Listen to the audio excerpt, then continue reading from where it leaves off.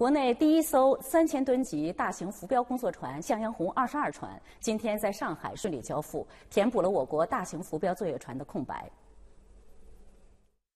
向阳红22船由我国自主设计建造，主要用于浮标、前标的布放、巡视、回收以及应急抢修等工作，是目前国内唯一具备起吊直径10米、重60吨的大型海洋监测浮标能力的工作船。交付后的向阳红22船将在自然资源部东海局服役，并将参与重大海洋观测任务。据介绍，向阳红22船能在4级海况条件下布放和回收浮标。这个止档装置呢，它就像一个紧箍咒一样，就我们把浮标起吊起来以后，它就可以很牢靠的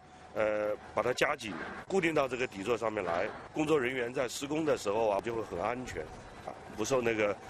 风啊或者流啊或者浪的这样的一个影响。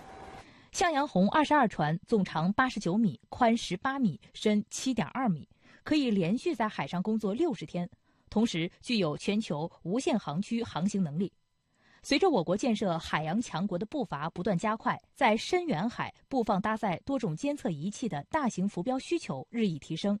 向阳红22船投入使用后，将使我国大型浮标保障能力建设得到进一步强化，助力我国海洋观测范围向太平洋、印度洋等海域拓展。